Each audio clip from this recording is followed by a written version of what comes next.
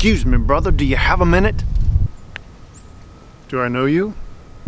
I just got one question. Have you received the Lord's salvation? Are you saved, brother?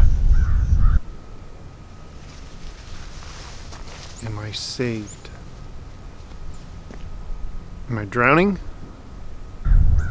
Well, you might be drowning in your sin. Have you received salvation? Okay.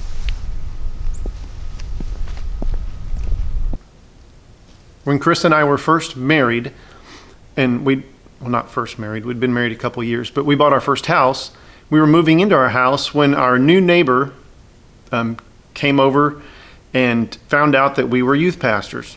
He started telling me about the time he went to church. He said they talked, and then at the end, they saved some people. And that's all he knew about it.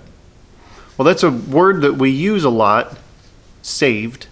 We use a lot in church, but it's a really odd word or an odd phrase for people who haven't been around church for a length of time. It's a phrase that's used in the Bible. We see it a lot. Two examples are in Ephesians chapter 2, where Paul writes that we are saved by grace through faith. It's by grace you've been saved through faith, not from your own works, so that no one can boast. And then in Romans chapter 10, it says that if you confess with your mouth that Jesus is Lord and believe in your heart that God raised him from the dead, you will be saved. And we use this phrase, saved, or are you saved, or he's not saved, or is. We use that in church a lot to talk about a person's eternal destiny. So here's what it means. God created us to live in obedience to him.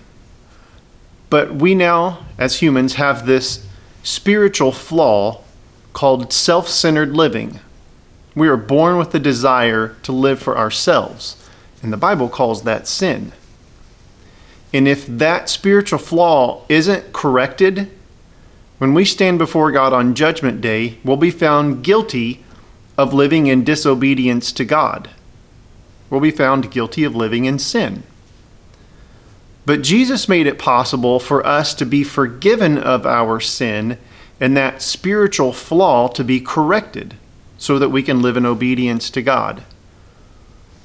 And when a person makes the commitment to accept Jesus' offer of forgiveness and live in obedience to God, that person has then been saved from judgment. So that's what it means to be saved. We're saved from God's eternal judgment.